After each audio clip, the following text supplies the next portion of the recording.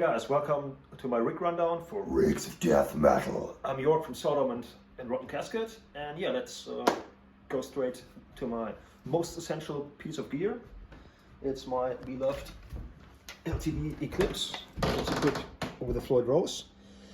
I think in end of 2020 I got my endorsement deal from the company, and it's basically unchanged except for the new hamburgers. It came equipped with EMGs, and now I've got the so-called Grimmsföten from a German company called Rübezahl Tonabnehmer. They are passive and have massive output. The tone control is dead because sometimes on stage when I move too fast and too hard, it's going down a little, and I never need it actually, so I made it dead. And oh yeah, my little friend Vlad Tepes, provided from my friend Risto from Finland. Check out Malheur design on Etsy. You will find lots of cool designs there. Yeah, that's my main guitar. I use it for Sodom, and I also used it for next cemetery. But when it comes to Rotten Casket, I need this fella. It's also equipped with the Grimmsföten humbuckers, and this guitar I use mainly for C and B tunings. And yeah, because on a Floyd Rose it's hard to alternate between shows and recordings with the tunings, so that's the reason. And my third guitar is a precious one. It's an Explorer. I think it's from around 2010 or so. I'm not sure. I got it from a German festival. It's called Bang Your Head Festival, and they got it in turn from Gibson, and it has a used stamp. I haven't seen anything like this on another guitar up to now. And as you might or might not see, it has had several neck injuries over the years, so I only take it on shows. We go by band, so no flight shows anymore. In case you're wondering, I mainly use rotor sound strings, and for the deeper tunings I use the combination of Dark Zone and the Michael Emmett signature strings. So that's for the guitars, and now we try to interrupt these two fellas here. Oh my god, they're busy with sound shaping business. So I go into the tuner, and from there I go into the multicomp. It's always on. From there we go to Montana's favorite. Ooh, my precious. It's a small wah from Dunlop. I also had the normal one, but for space issues it's this one now. It goes straight into the noise suppressor. I try to keep it off most of the times, but sometimes our stages are not that well grounded, so I needed to reduce some current noise. From the output we go straight into the MXR Phase 90. I got that mainly because Trey from Morbid Angel is also using it.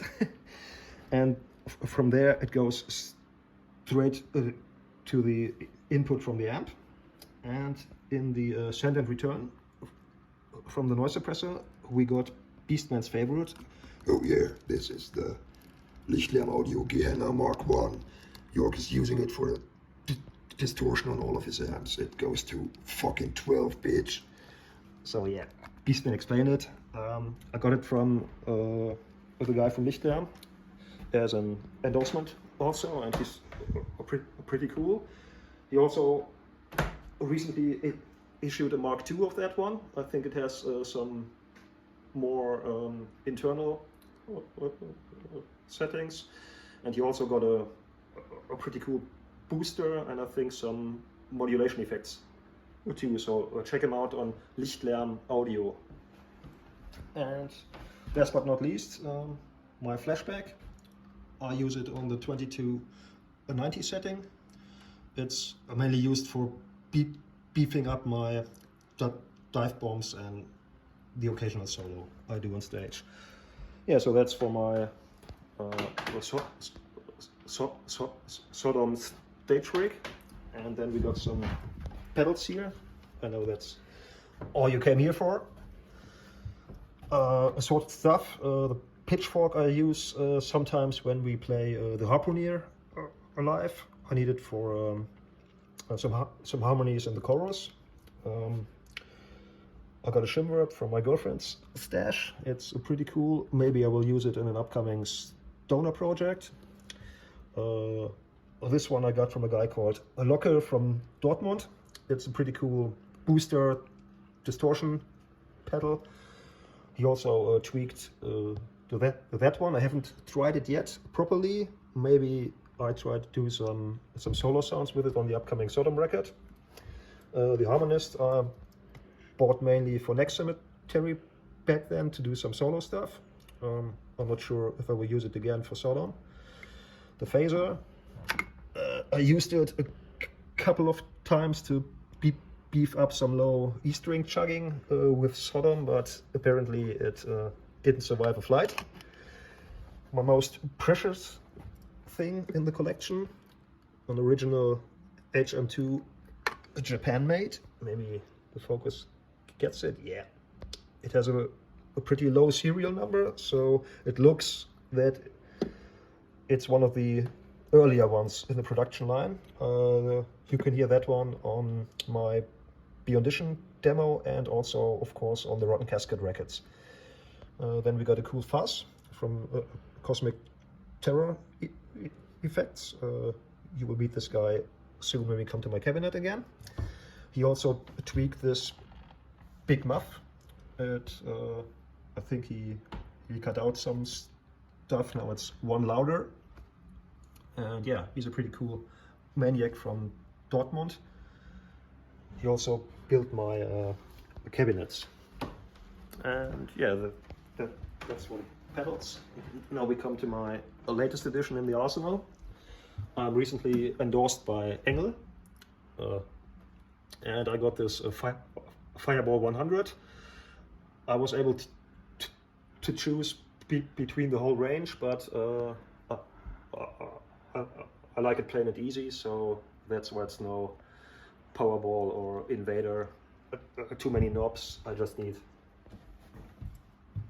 this one row.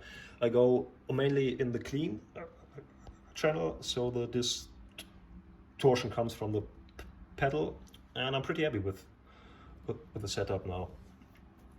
I also got two 4x12 cabinets from them, but at the moment this one is hooked to my Cosmic Terror cabs.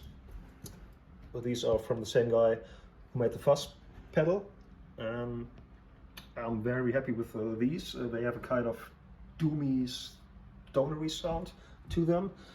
The upper one is equipped with 4x12 Swamp Thing from Eminence, and the lower ones, I call it my Manowar setup. It contains 2x15 speakers. And yeah, well, that's for the cabinets. Up here you can see my JCM 800 reissue. You can hear that one on the recordings for Genesis 19. And I got another Marshall down here. It's a JCM 900. This one's from the mid-90s, I think. I bought it second-hand. And you can hear this one on the Rotten Casket recordings, of course, combined with the HM2 to get this original Swedish Entombed style sound.